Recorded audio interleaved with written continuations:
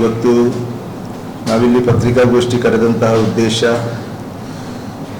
ಇತ್ತೀಚೆಗೆ ಚಳಿಗಾಲದ ಅಧಿವೇಶನ ನಡೀತಾ ಇರುವಂಥ ಈ ಸಂದರ್ಭದಲ್ಲಿ ಈ ದೇಶದ ಪಾರ್ಲಿಮೆಂಟಿನಲ್ಲಿ ಕಳೆದ 2 ದಿವಸಗಳ ಹಿಂದೆ ದಕ್ಷಿಣ ಕನ್ನಡ ಜಿಲ್ಲೆಯ ಸಂಸದರಾದಂತಹ ಬ್ರಿಜೇಶ್ ಚೌಟಾರ್ ಅವರು ಒಂದು ಹೇಳಿಕೆಯನ್ನು ಪಾರ್ಲಿಮೆಂಟಿನಲ್ಲಿ ಕೊಡ್ತಾರೆ. ಏನಂತ ಹೇಳಿದರೆ, ಒಂದು ಬಿಜೆಪಿ ಮತ್ತು ಸಂಘ ಪರಿವಾರದವರ ರಾಜಕೀಯ ಷಡ್ಯಂತ್ರದ ಭಾಗವಾಗಿ ಕಳೆದ 3 ವರ್ಷಗಳ ಹಿಂದೆ ನಿಷೇಧಕ್ಕೆ ಒಳಗಾದಂತಹ ಕೇಂದ್ರ ಸರ್ಕಾರ ನಿಷೇಧಿಸಿದಂತಹ ಸಂಘಟನೆಯ ಬಗ್ಗೆ ಹೇಳುತ್ತಾ, ಆ ಸಂಘಟನೆ ಇವತ್ತು ಮತ್ತೆ ರೀಗ್ರೂಪಿಂಗ್ ಆಗಿದೆ, ಅದರಲ್ಲಿ ಕೆಲಸ ಮಾಡ್ತಾ ಇದೆ ಅಂತ ಹೇಳುವಂತಹ ರೀತಿಯಲ್ಲಿ ಅವರು ಮಾತನಾಡ್ತಾ ಇದ್ದರು. ಅದರೊಂದಿಗೆ social democratic party of India SDP ಪಕ್ಷದ ಹೆಸರನ್ನು ಉಲ್ಲೇಖಿಸಿಕೊಂಡು ಈ ಹೆಸರಿನಲ್ಲಿ ಅವರು ಆ ನಿಷೇಧಿತ ಸಂಘಟನೆಯೊಂದಿಗೆ ಸಂಬಂಧವನ್ನು ಕಲ್ಪಿಸಿಕೊಂಡು ಇವತ್ತು ಇವರು ಅದರ ಕೆಲಸವನ್ನು ಮಾಡ್ತಾ ಇದ್ದಾರೆ ಅಂತ ಹೇಳುವಂತಹ ರೀತಿಯಲ್ಲಿ ನೇರವಾಗಿ ಆರೋಪ ಮಾಡಿದ್ದಾರೆ ಲೋಕಸಭೆಯಲ್ಲಿ.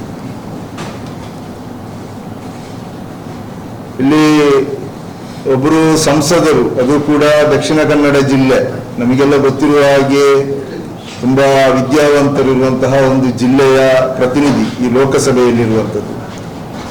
ಅವರು ಮಾತನಾಡುವಾಗ ಅದು ಯಾವ ರೀತಿಯಲ್ಲಿ ಮಾತನಾಡಬೇಕು ಅಂತ ಹೇಳುವಂತಹ ಒಂದು ಕನಿಷ್ಠ ಜ್ಞಾನ ಕೂಡ ಇಲ್ಲದಂತಹ ರೀತಿಯಲ್ಲಿ ಲೋಕಸಭೆಯಲ್ಲಿ ಮಾತನಾಡಿದ್ದಾರೆ.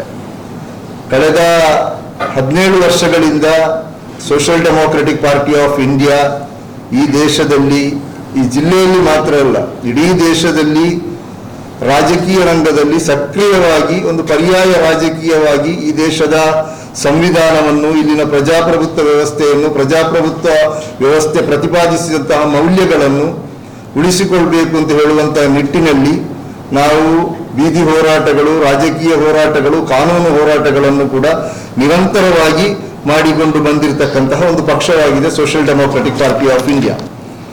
ಇಲ್ಲಿ ಸುಮಾರು 7.5 ಲಕ್ಷ ಮತ ಪಡೆದು ಆಯ್ಕೆಯಾಗಿ ಹೋದಂತಹ ಒಬ್ಬರು ಸಂಸದರು, ಒಂದು ಜವಾಬ್ದಾರಿಯುತ ಸ್ಥಾನದಲ್ಲಿರಬೇಕಾದಂತಹ ಸಂಸದರು. ಒಂದು ಸಂಸದರು ಪಾರ್ಲಿಮೆಂಟಿನಲ್ಲಿ ಮಾತನಾಡುವಾಗ ಅವರಿಗೆ ಒಂದು ಅವಧಿ ಕೊಟ್ಟಿರ್ತದೆ. ಸ್ಪೀಕರ್ ಅವರು ಒಂದು ಅವಧಿ, ಅವರು ಮೊದಲೇ ಹೇಳಬೇಕು, ಇಷ್ಟು ಅವಧಿ ನನಗೆ ಇಂಥ ಪ್ರಶ್ನೆಗಳನ್ನು ಕೇಳಲಿಕ್ಕೆ ಇದೆ ಅಂತ. ಬಹುಶಃ ಈ ಜಿಲ್ಲೆಯ ಬೇಕಾದಷ್ಟು ಸಮಸ್ಯೆಗಳ ಬಗ್ಗೆ ಮಾತನಾಡುವುದು ಬಿಟ್ಟು ಇವರಿಗೆ ಮೈಲೇಜ್ ತಗೊಳ್ಳಿಕ್ಕೆ ಬೇಕಾಗಿ ಇವರಿಗೆ ರಾಜಕೀಯವಾಗಿ ಚಾಲ್ತಿಯಲ್ಲಿ ಇಲ್ಲ. ಒಬ್ಬರು MP ಆದವರು ಆಯ್ಕೆಯಾಗಿ ಈಗ 1.5 ವರ್ಷ ಆಗಿದೆ. ದಕ್ಷಿಣ ಕನ್ನಡ ಜಿಲ್ಲೆಯಲ್ಲಿ ಎಲ್ಲಿಯೂ ಕೂಡ ಅಭಿವೃದ್ಧಿಯ ವಿಚಾರ ಇರ್ಬೋದು, ಅಥವಾ ಜನರ ಸಮಸ್ಯೆಗಳಿರ್ಬೋದು, ಅಥವಾ ಅಧಿಕಾರಿಗಳೊಂದಿಗೆ ಆ ಕೆಲಸ ಮಾಡಿಸಬೇಕಾದಂತಹ ಪರಿಸ್ಥಿತಿಗಳಿರ್ಬೋದು, ಇಲ್ಲಿ ಎಲ್ಲಿಯೂ ಕೂಡ ನಮಗೆ ಈ ಸಂಸದರನ್ನು ಕಾಣಲಿಕ್ಕೆ ಸಾಧ್ಯ ಆಗ್ತಾ ಇಲ್ಲ. ಅಂದ್ರೆ ಇವರಿಗೆ ಬೇಕಾದಂಥದ್ದೇನು ಅಂತ ಹೇಳಿದ್ರೆ, ನಾವು ಬಿಡಿ, ಜನಸಾಮಾನ್ಯರು ಹೇಳುವುದು ಬಿಡಿ, ಇವರ ಕಾರ್ಯಕರ್ತರೇ ಇವರ ಬಗ್ಗೆ ಭ್ರಮನಿರಸನಗೊಂಡಿದ್ದಾರೆ, ಅಸಮಾಧಾನಗೊಂಡಿದ್ದಾರೆ. 7.5 ಲಕ್ಷ ಪಡೆದು 1.5 ಲಕ್ಷ ಲೀಡಲ್ಲಿ ವಿನ್ ಆದಂತಹ ಒಬ್ಬರು ಸಂಸದರು ಇಲ್ಲಿ ನಮ್ಮ ಕೈಗೆ ಸಿಗ್ತಾ ಇಲ್ಲ, ಇನ್ನು ಜನರೊಂದಿಗೆ ಬೆರೆಯುತ್ತಾ ಇಲ್ಲ, ಇನ್ನು ಜನರ ಸಮಸ್ಯೆಗಳಿಗೆ ಸ್ಪಂದಿಸ್ತಾ ಇಲ್ಲ ಅಂತ ಹೇಳುವಂಥದ್ದು ಇವರ ಕಾರ್ಯಕರ್ತರಿಗೆ ಇವತ್ತು ಅವರು ನಿರಾಸೆಗೊಂಡಿದ್ದಾರೆ. ಈಗ ಅವರ ಮಧ್ಯದಲ್ಲಿ ಒಂದು ಇದ್ದೇನೆ ಅಂತ ತೋರಿಸ್ಬೇಕಲ್ಲ, ನಾನು ಇದ್ದೇನೆ, ಜೀವಂತ ಆಗಿದ್ದೇನೆ. ಬಿಜೆಪಿಯವರಿಗೆ ಬೇಕಾದದ್ದು ಅದೇ ಅಲ್ವಾ? ಬಿಜೆಪಿಯವರಿಗೆ ಬೇಕಾದದ್ದು ಅದೇ, ಅವರಿಗೆ ಅಭಿವೃದ್ಧಿ ಕಾರ್ಯಗಳು ಬೇಡ. ಹಿಂದೆ ಇದ್ದಂತಹ ಸಂಸದರು ಹೇಳಿದ್ರಲ್ಲ ಅದನ್ನು ಬಹಿರಂಗವಾಗಿ, ನೀವು ರಸ್ತೆಯ ಬಗ್ಗೆ ಮಾತನಾಡಬೇಡಿ, ನೀವು ಅಭಿವೃದ್ಧಿಯ ಬಗ್ಗೆ ಮಾತನಾಡಬೇಡಿ, ನೀವು ಚರಂಡಿಯ ಬಗ್ಗೆ ಮಾತನಾಡಬೇಡಿ, ನೀವು ಬಿಜೆಪಿ ನಾಯಕರು ಹೋಗುವಾಗ ಕೈ ತೋರಿಸಲಿಲ್ಲ ಅಂತೇಳಿ ಅಸಮಾಧಾನ ಮಾಡಬೇಡಿ, ನೀವು ಲವ್ ಜಿಹಾದ್ ಬಗ್ಗೆ ಮಾತನಾಡಿ, ನೀವು ಮತಾಂತರದ ಬಗ್ಗೆ ಮಾತನಾಡಿ. ಯಾಕೆಂತ ಹೇಳಿದ್ರೆ ಇವರಿಗೆ ಇಂಥ ಭಾವನಾತ್ಮಕ ವಿಚಾರಗಳು ಮಾತ್ರ ಇವರಿಗೆ ಮೈಲೇಜ್ ಸಿಕ್ಕುವಂಥದ್ದು. ಹಿಂದೂ ಕಾರ್ಯಕರ್ತರನ್ನು ಇವರ ರಕ್ತದಾಯಕ್ಕೆ ಬಲಿಯಾಗಿದ್ದಾರೆ.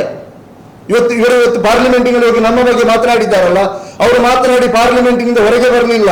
ಇವರದೇ ಕಾರ್ಯಕರ್ತರು ಚಿಕ್ಕಮಗಳೂರಿನಲ್ಲಿ ಹೋಗಿ ಒಬ್ಬ ಹಿಂದೂ ಕಾಂಗ್ರೆಸ್ ಕಾರ್ಯಕರ್ತರನ್ನು ಕೊಂದಿದ್ದಾರೆ. ಯಾಕೆ ಮರುದಿವಸ ಅವರಿಗೆ ಮಾತನಾಡಲಿಕ್ಕೆ ಆಗ್ತಾ ಇಲ್ವಾ?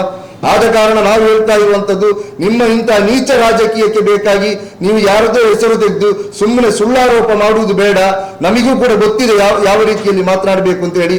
ಆದ ಕಾರಣ ಈ ಹೇಳಿಕೆಯನ್ನು ಒಬ್ಬರು ಸಂಸದರು ಅಂತ ಹೇಳಿದ್ರೆ ಅವರು ಗೌರವಾನ್ವಿತರು. ಆ ಸಂಸದರು ಪಾರ್ಲಿಮೆಂಟಿನಲ್ಲಿ ಒಂದು ಹೇಳಿಕೆ ಕೊಡುವುದು ಅಂತ ಹೇಳಿದ್ರೆ ಅದಕ್ಕೆ ಬಹಳ ಗೌರವ ಇದೆ, ಅದು ಕಡತಗಳಲ್ಲಿ ಇರ್ತದೆ. ಆದ ಕಾರಣ ಹೇಳಿಕೆಯನ್ನು ಹಿಂಪಡೆಯಬೇಕು. ಆ ಹೇಳಿಕೆಯನ್ನು social democratic party of India ಈ ಪತ್ರಿಕಾಗೋಷ್ಠಿಯ ಮೂಲಕ ಬಹಳ ತೀವ್ರವಾಗಿ ಖಂಡಿಸ್ತದೆ. ಇಂತಹ ಹೇಳಿಕೆಗಳಿಂದ ನೀವು ರಾಜಕೀಯ ಲಾಭ ಪಡಿಬಹುದು ಅಂತ ಆದ್ರೆ ನೀವು ರಾಜಕೀಯವಾಗಿ ನೀವು ಮುಂದಿನ ದಿವಸಗಳಲ್ಲಿ ಸಮಾಧಿ ಆಗ್ತೀರಿ. ಇಂಥ ಹೇಳಿಕೆಗಳಿಂದ ಯಾವತ್ತೂ ಕೂಡ ಜನರು ಇದನ್ನು ನಂಬುವುದಿಲ್ಲ. ನೀವು ಅಭಿವೃದ್ಧಿ ಮಾಡದೆ ಸುಮ್ಮನೆ ರಾಜಕೀಯ ವಿಚಾರಗಳನ್ನು ಇಟ್ಟುಕೊಂಡು ಮಾಡುವಂತಹ ಈ ಒಂದು ಕ್ಷುಲ್ಲಕ ರಾಜಕೀಯವನ್ನು ಜನತೆ ಒಂದಲ್ಲ ಒಂದು ದಿವಸ ಅರಬ್ಬಿ ಸಮುದ್ರಕ್ಕೆ ನಿಮ್ಮನ್ನು ಬಿಸಾಡ್ತಾರೆ ಅಂತ ಈ ಪತ್ರಿಕಾಗೋಷ್ಠಿಯ ಮೂಲಕ ನಾನು ಬಿಜೆಪಿಯ ಸಂಸದರಿಗೆ ಹೇಳಲಿಕ್ಕೆ ಇಚ್ಛೆ ಪಡ್ತಾ ಇದ್ದೇನೆ.